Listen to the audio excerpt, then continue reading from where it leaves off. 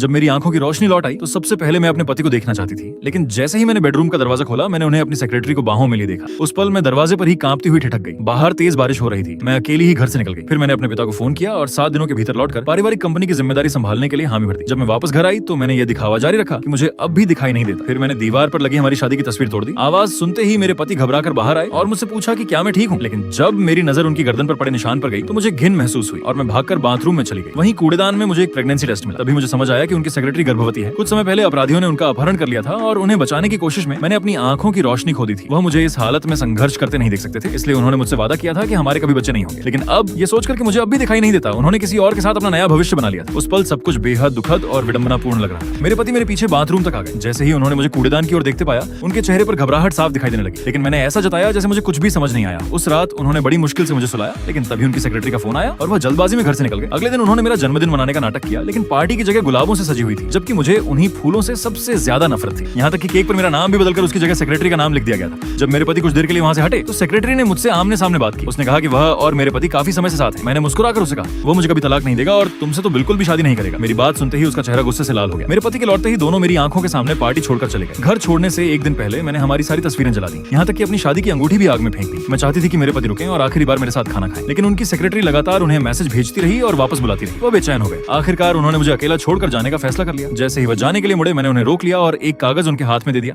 बिना देखे ही उन्होंने उस पर दस्तखत कर दिए, लेकिन वह कागज असल में हमारे तलाक का समझौता था। इसी बीच वो सेक्रेटरी के साथ अस्पताल चेकअप के लिए गए, जहाँ डॉक्टर से उन्हें पता चला कि मेरी आंखों की रोशनी तो पहले ही वापस आ चुकी थी। वो वहीं स्तब्ध रह गए। तभी उन्हें एहसास हुआ कि पिछले कुछ दिनों से मैं सब कुछ देख रही थी। वो पागलों की तरह घर की ओर भागे, लेकिन जब तक पहुंचे घर पूरी तरह खाली हो चुका था और इस बार मैं हमेशा के लिए जा चुकी थी। अगले एपिसोड के लिए कमेंट्स में यस लिखें।